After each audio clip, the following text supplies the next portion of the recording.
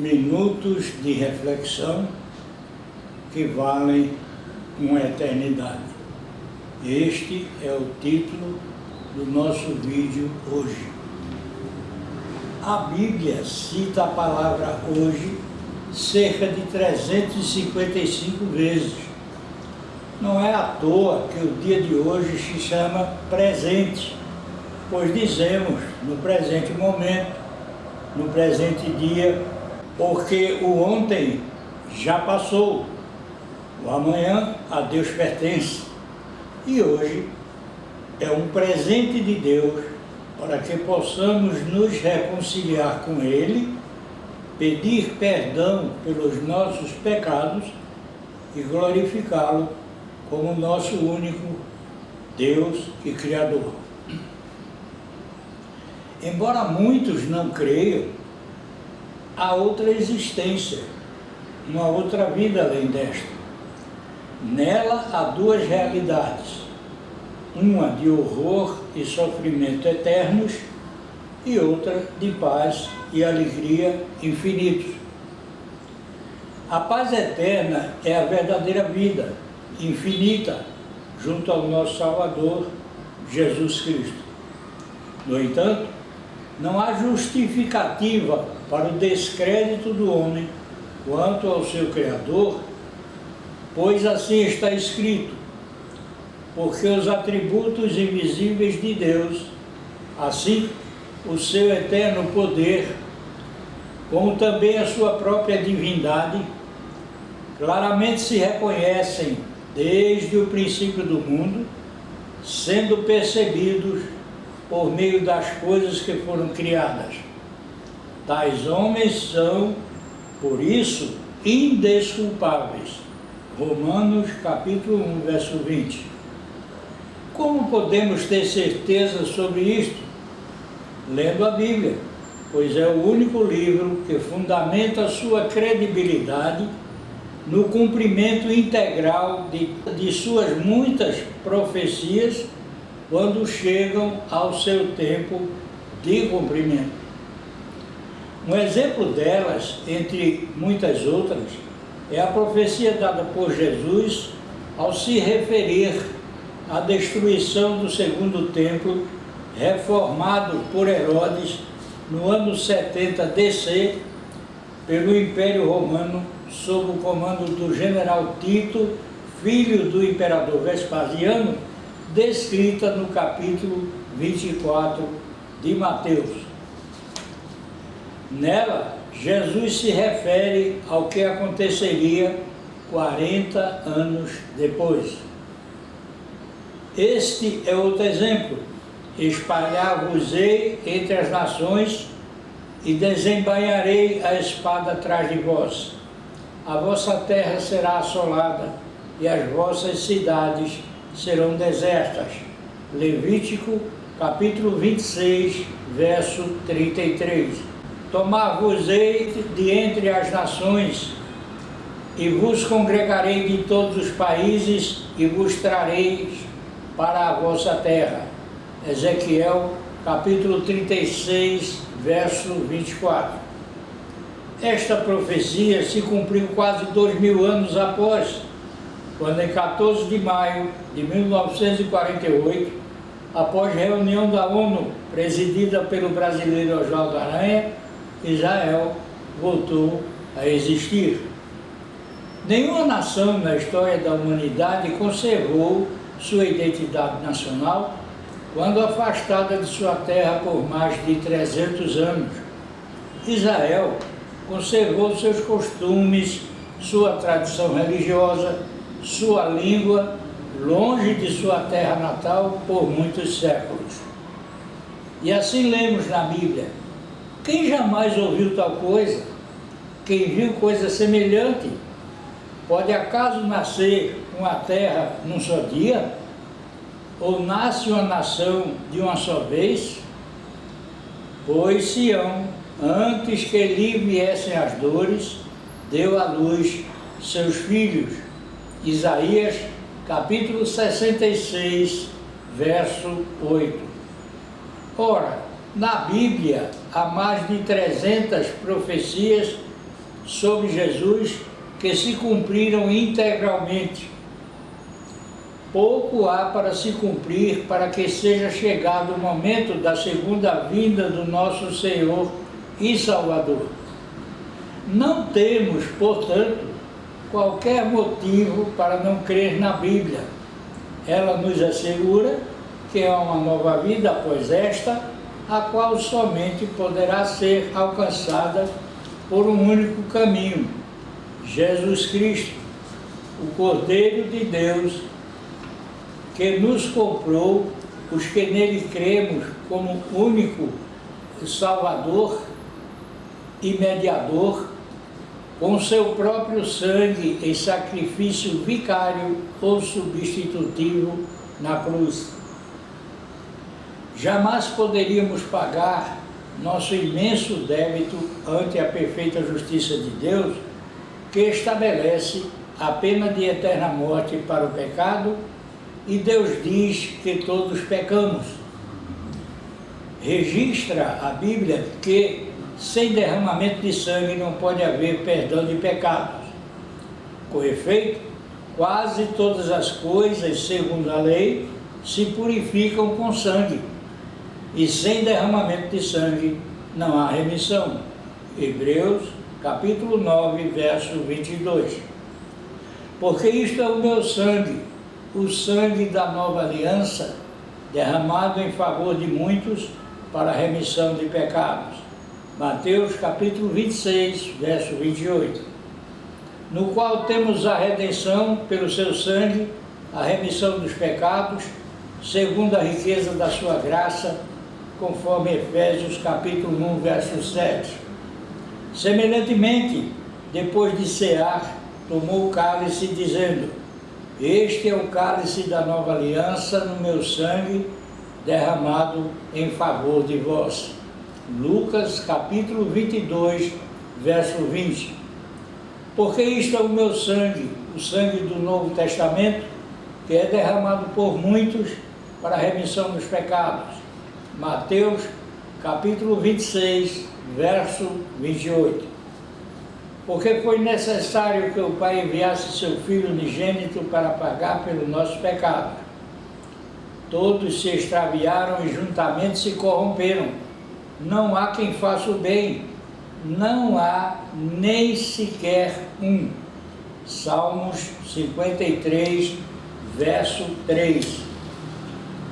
Por isto, Deus de tal maneira nos amou, que nos enviou seu próprio Filho como ovelha muda para nos comprar com seu sangue vertido por nós no madeiro. E assim está escrito: nisto está o amor, não em que nós tenhamos amado a Deus, mas que Ele nos amou a nós e enviou seu Filho para a propiciação pelos nossos pecados. 1 João capítulo 4, verso 10. Ele foi oprimido e afligido, mas não abriu a sua boca. Como um cordeiro foi levado ao matadouro, e como a ovelha muda perante os seus tosqueadores, assim ele não abriu a sua boca. Isaías capítulo 53, verso 7. Mas ele foi ferido por causa das nossas transgressões e moído por causa das nossas iniquidades. O castigo que nos traz a paz estava sobre ele, e pelas suas pisaduras fomos sarados. Isaías capítulo 53, verso 5. Não há qualquer outro intermediário entre Deus e o homem senão Cristo, o eterno Filho de Deus, pois existe desde sempre na segunda pessoa da Santíssima Trindade. Somos salvos pela graça, mediante a fé, e isto não vem de nós, é dom de Deus, conforme Efésios capítulo 2, verso 8. Nossas obras podem nos condenar, jamais nos salvar.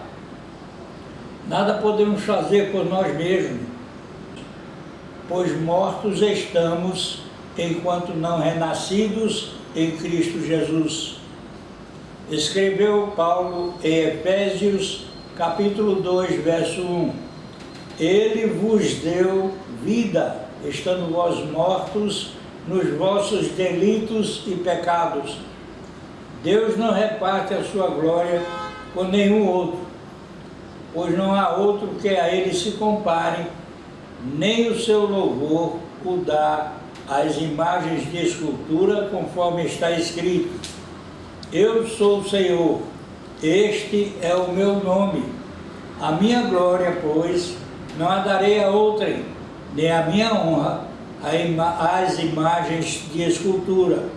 Isaías capítulo 42, verso 8. Tem boca e não fala, tem olhos e não veem. Salmos 115, verso 5 e 135, verso 16. Tornem-se semelhantes a eles os que os fazem e quantos neles confiam. Salmos 115, verso 8. Para alcançar a realidade da vida eterna, somente há um caminho, pois disse Jesus. Respondeu-lhe Jesus: Eu sou o caminho e a verdade e a vida. Ninguém vem ao Pai senão por mim. João capítulo 14, verso 6.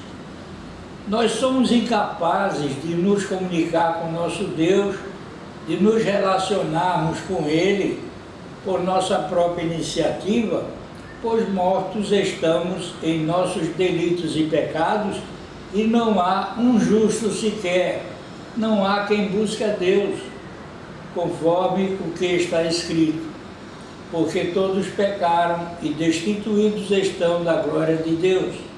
Romanos capítulo 3, verso 23. Desviaram-se todos e juntamente se fizeram imundos. Não há quem faça o bem, não há sequer um. Salmos 14, verso 3. Obras podem nos condenar, jamais nos salvar. E assim lemos em Efésios capítulo 2, verso 8. Porque pela graça sois salvos mediante a fé. E isto não vem de vós, é dom de Deus. Pois Deus quer que sejamos salvos, como diz a Bíblia, o qual deseja que todos os homens sejam salvos e cheguem ao pleno conhecimento da verdade. 1 Timóteo capítulo 2, verso 4. Pelo novo nascimento, nosso Pai Celestial nos envia a Jesus, e assim está registrado na Bíblia: todo aquele que o Pai me dá, esse virá a mim, e o que vem a mim, de modo nenhum o lançarei fora. João capítulo 6, verso 37. Conforme a ONU, o Brasil é o país com maior número de pessoas ansiosas no mundo. Sabemos que a ansiedade se espalha por todos os continentes nesta época. Mas Jesus nos diz: não andeis ansiosos de coisa alguma. Em tudo, porém, sejam conhecidas diante de Deus as vossas petições, pela oração e pela súplica, com ações de graças. Filipenses capítulo 4, verso 6. Deixo-vos a paz, a minha paz vos dou, não vos la dou como o mundo a dá.